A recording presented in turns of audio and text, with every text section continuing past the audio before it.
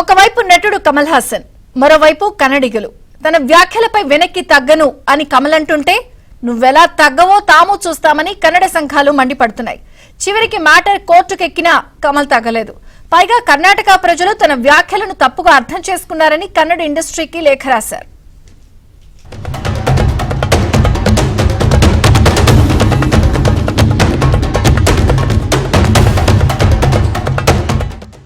తమిళం నుంచి కన్నడ పుట్టిందంటూ కమల్ హాసన్ చేసిన వ్యాఖ్యలపై కర్ణాటకలో దుమారం రేగుతోంది.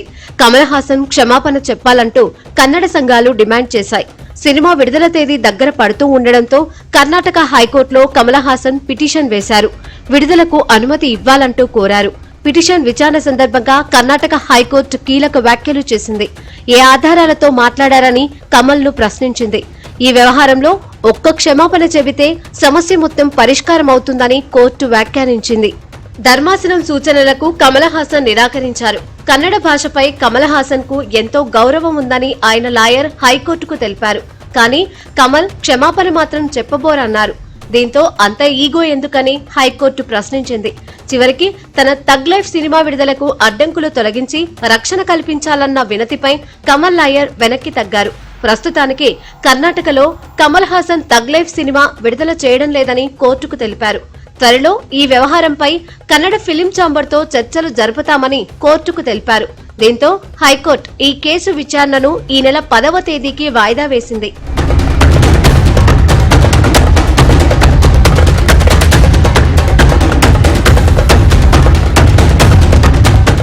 ఇక Karnataka film chamber of commerce కు కమల్ హాసన్ లేఖ రాశారు. తన వ్యాఖ్యలను అపార్థం చేసుకున్నారని, కన్నడ ప్రజల మనోభావాలను దెబ్బతీయడం తన ఉద్దేశం కాదని రాసుకొచ్చారు.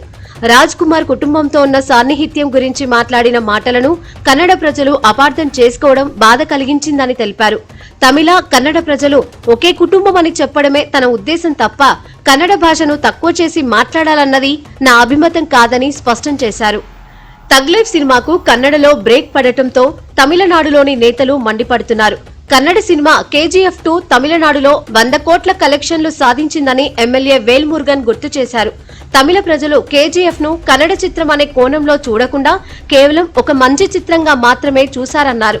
థగ్ లైఫ్ సినిమాను కర్ణాటకలో విడుదల చేయకుండా నిషేధిస్తే భవిష్యత్తులో ఏ కన్నడ సినిమాకి తమిళనాడులో విడుదలకు అనుమతి ఉండదని హెచ్చరించారు.